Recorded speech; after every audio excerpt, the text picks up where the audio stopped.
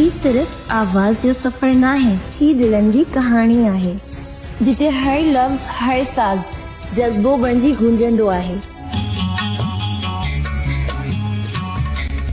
रूह खे जिया बकोड़ियो थी।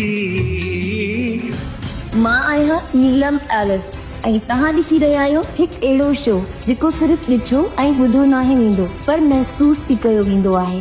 दुनिया वारा पाणे थी बींदा जानी चुप चुप चुप, दुश्मन सारा पाणे थी बींदा प्यारा चुप चुप चुप। मुंहिंजी महफ़िल में खुशामदीद, जिते हर धुन जे पोयां हिकु दास्तान हुजे थी।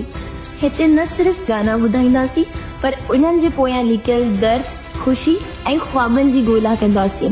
मूंखे वणी थो इहा ॻाल्हि बिया, ऐं तोखे वणा मां ज़रूरी त नाहे।